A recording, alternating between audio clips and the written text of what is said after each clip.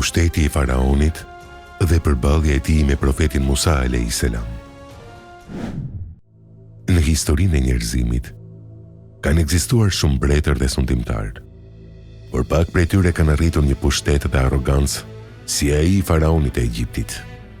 Në Kur'an, historia e faraonit përmendet shumë herë si një paralajmërim për njerëzit, një shembull i pushtetit që çon në arrogancë dhe në mohimin e Zotit. Egjipti në atë kohë ishte një nga perandorit më të fuqishme të botës. Faraoni sundonte me dorë të hekur të mbi popullin e tij dhe mbi popullin e bijve të Israilit, popullin e profetit Musa a.s. Ai kishte ushtri të mëdha, pallate madhështore dhe një sistem të fortë pushteti që mbante popullin në frikë. Kurani e përshkruan qartë këtë realitet. Allahu thotë: me të vërtetë që faraoni madhështohej në tokë dhe banorët e saj i kishte përçarë në grupe. Disa prej tyre i përndiqte, u avriste fëmijët meshkuj, ndërsa femrat u alinte gjallë. Ai ka qenë vërtet keqbërës.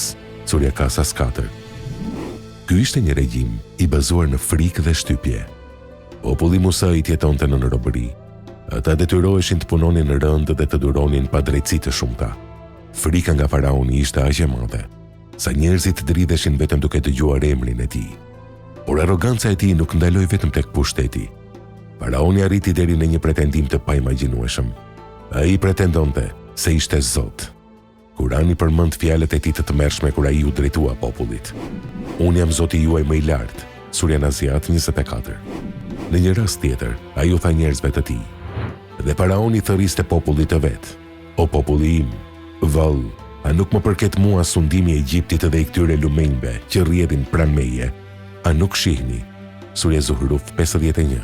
Ai përdorte pasurinë dhe pushtetin për të mashtruar njerëzit, duke i bërë ata të besonin se ai kishte fuqi hyjnore. Por Allahu kishte një plan tjetër. Në këtë kohë të errët, Allahu dërgoi një profet për të përballur tiraninë. Ai ishte profeti Musa a.s. Një njeri i zgjedhur nga Allahu për të përballur një nga sundimtarët më arrogant të historisë.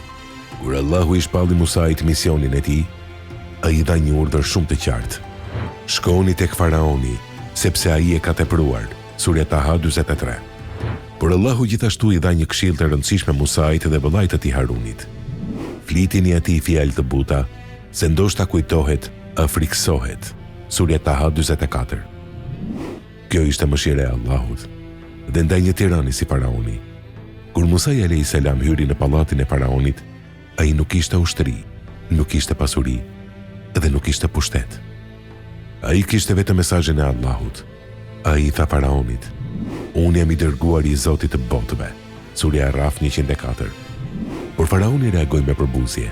Ai e talli Musain dhe e pyeti me arrogancë. Faraoni tha: e cili është ai Zoti i botëve që ju dërgoi? Surja Shuara 23. Musa ju përgjigj me qetësi dhe vendosmëri: Zoti i qejve dhe i tokës dhe i gjithçkaje që është mes tyre. Surja Shuara 24. Por zemra e faraonit ishte mbushur me arrogancë. Ai refuzoi të besojë dhe madje u përpoq ta paraqiste Musain si një magjistar. Ai thiri magjistarët më të mëdhenj të Egjiptit për një përballje publike. Në atë ditë, përpara turmave të mëdha, magjistarët hodhën shkopinjtë dhe litarët e tyre dhe ato dukeshin sikur po lëviznin si gjarpërinj. Por Musa i hodhi shkopin e tij dhe me lejen e Allahut, ai u shndërrua në një gjarpër të madh që përpiu gjithçka që kishin bërë magjistarët. Në atë moment, magjistarët e kuptuan të vërtetën. Ata ranë në sejdë dhe thanë: ne besuam në Zotin e Musait dhe Harunit. Surja Taha 70. Ky moment e tërboi faraonin. Ai kërcënoi t'i torturonte dhe t'i vriste, sepse ata kishin besuar. Kjo histori është një nga tregimet më të fuqishme të Kuranit. Ajo na tregon përballjen mes arrogancës së pushtetit dhe së vërtetës së shpalljes hyjnore. Faraoni kishte ushtri, pasuri dhe frikë në duart e tij. Por Musai kishte diçka më të madhe. Ai kishte besimin tek Allahu. Në fund, historia e faraonit përfundoi me një fund tragjik. Kur ai ndoqi Musain dhe popullin e tij deri në det, Allahu ndau detin për Musain dhe besimtarët. Por kur faraoni dhe ushtria e tij u futën në det, uji u mbyll mbi ta. Në momentet e fundit, faraoni u përpoq të besonte, por ishte shumë vonë.